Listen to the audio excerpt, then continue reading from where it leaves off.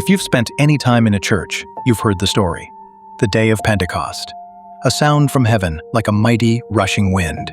Tongues of fire. The Holy Spirit poured out on the disciples. The birth of the church. It's one of the most famous scenes in the New Testament.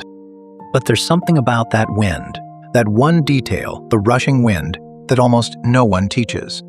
Luke didn't reach for that image by accident.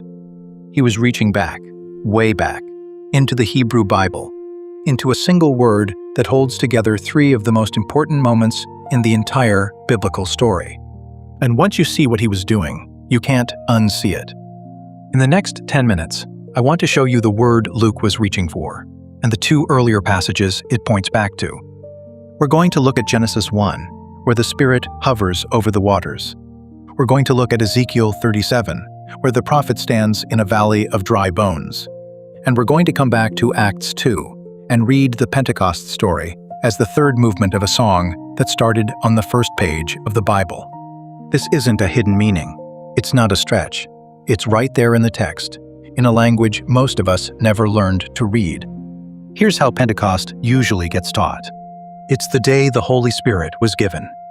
50 days after the resurrection, the disciples are gathered in Jerusalem.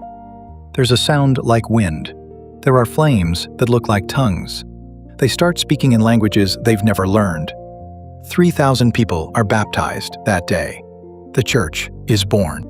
That's the standard reading. And it's right. Every part of it is right. The wind in that reading is mostly atmospheric, a dramatic detail, a way of signaling that something divine is happening. Wind shows up in lots of places when God shows up, at Sinai, in the prophets, in the theophanies of the Hebrew Bible. So a wind sound at Pentecost feels appropriate, theophanic, the kind of thing God does when he arrives. And there's good reason that's how it gets taught. The story works at that level. You don't need to know anything about the Hebrew Bible to feel the weight of what's happening in Acts 2. But Luke, the man who wrote Acts, knew the Hebrew Bible. He knew it in Greek, mostly, through the Septuagint.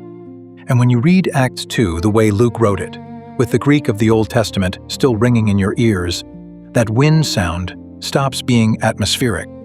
It becomes a quotation.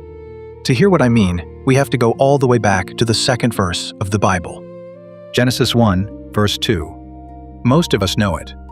The earth was without form and void, and darkness was over the face of the deep, and the Spirit of God was hovering over the face of the waters.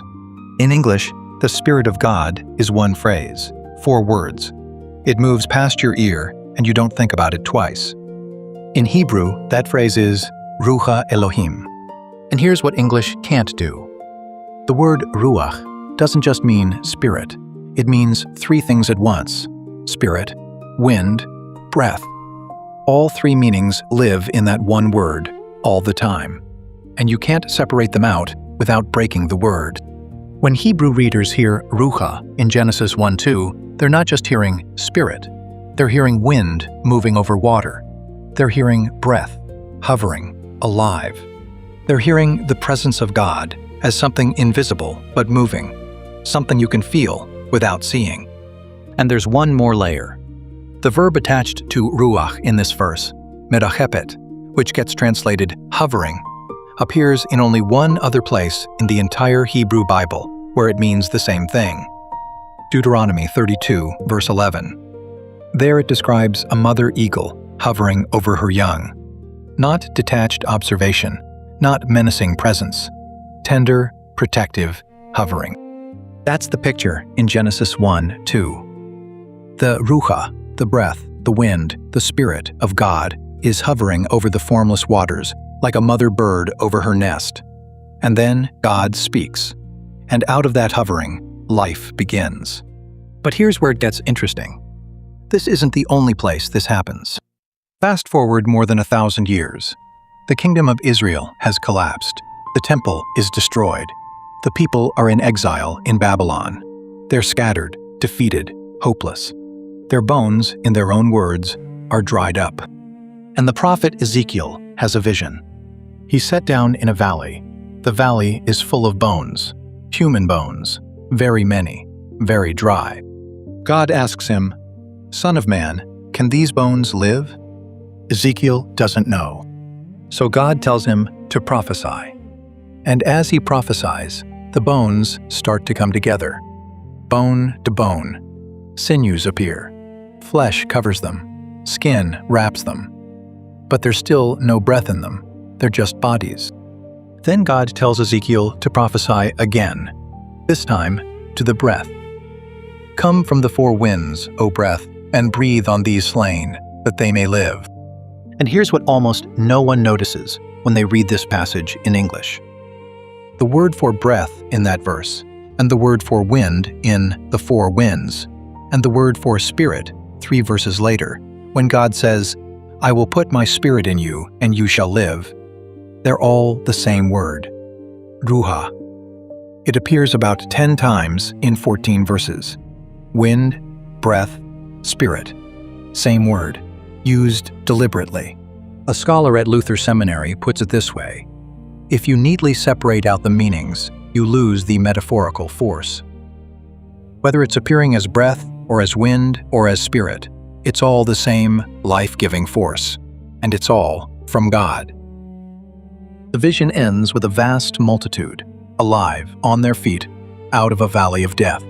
And the meaning is unmistakable. God's Ruach does what God's Ruach has always done. It creates life out of nothing. So now we come back to Acts 2. The disciples are gathered in Jerusalem, the day of Pentecost. And Luke writes, "Suddenly there came from heaven a sound like a mighty rushing wind, and it filled the entire house where they were sitting." In Greek, the word Luke uses for wind in that verse is pneui. It means breath or blast. It's a relatively rare word. And then, 2 verses later, he writes, "And they were all filled with the Holy Spirit."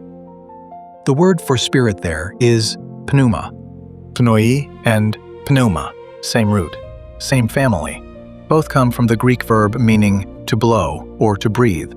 And pneuma, that second word, the word for spirit, is exactly how the Septuagint, the Greek Old Testament Luke and his audience read, renders the Hebrew word ruach.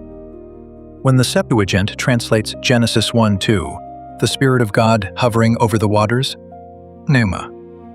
When the Septuagint translates Ezekiel 37, the breath that comes from the four winds and breathes life into the slain, pneuma, used over and over, the same word for the same idea. Luke isn't reaching for a generic atmospheric detail. He's reaching for a quotation. He's reaching for the word the Hebrew Bible uses for the breath that hovered over the waters at creation. The breath that breathed life back into a valley of dead bones.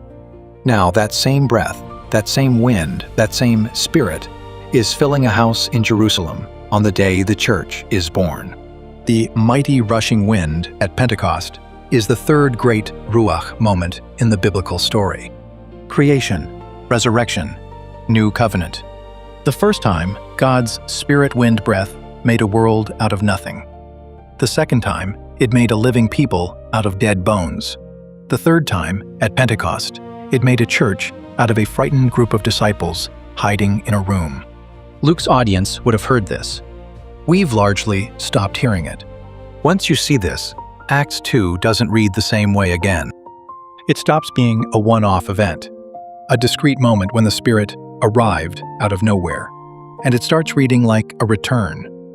The same Spirit that was hovering over the formless waters at the beginning, the same breath that filled the dry bones in the valley, the same Ruach, wind, breath, Spirit, showing up at every moment in the biblical story when God decides to make life out of what doesn't have any.